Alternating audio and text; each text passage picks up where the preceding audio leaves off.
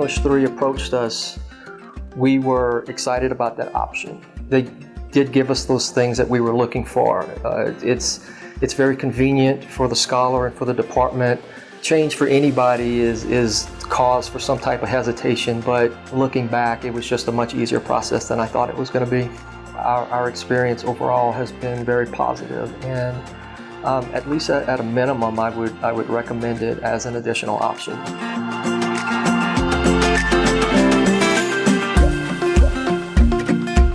The way we verified language proficiency before was options such as TOEFL, IELTS, as well as if someone would graduate from an accredited university in the US, we would be able to use that if it was done within the last 2 years. The most popular choice used, though, was the departmental interview. And we did have some concerns with that because the interview would either be done by a PI, a professor, or a department chair, and we weren't sure if they were trained in language proficiency.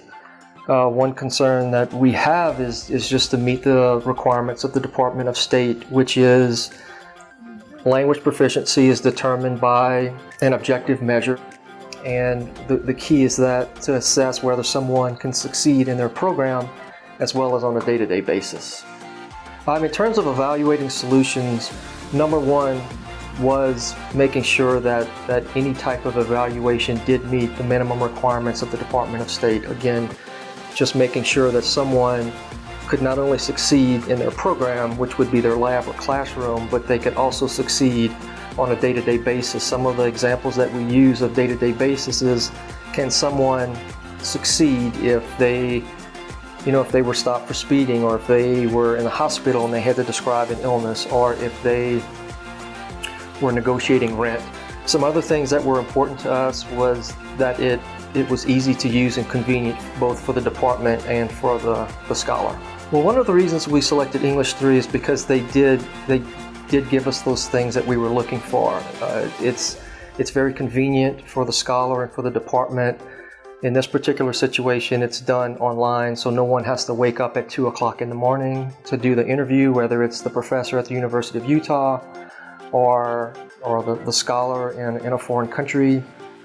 But when English3 approached us, we looked at the information that they provided. We met with them and we talked to a university that had been working with them a while, and it just met those requirements, just the ease, the convenience, and another option that we had that would meet the requirements of the Department of State. I look at the implementation process in two ways. One is how my office implemented the process with English3.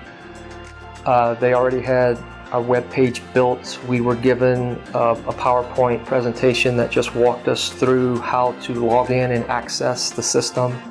As far as how we implemented it to the different departments, we sent out a newsletter, just not only described this new option, but we described the importance of having proficiency in English language.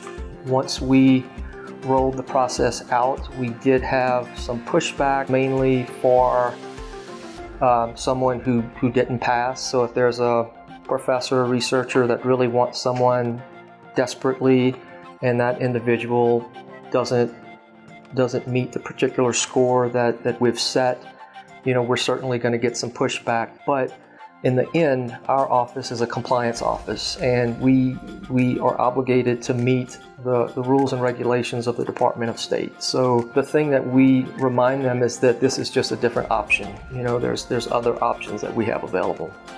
So the implementation process, it was fairly simple and smooth. Looking back, it was just a much easier process than I thought it was going to be. I would recommend English3. My office is very happy with it. We have used English3, I believe, for almost a year. We like the ease and convenience of it. We've rolled it out to our academic departments. One thing I like about it is there's rarely a technical issue, but if there is one, English3 will work directly with that department, and the response time is fairly quickly. We like the idea of being able to review the video that was done as well as forward it to departments to let them view it as well. But yeah, our experience overall has been very positive, and at least at a minimum, I would recommend it as an additional option.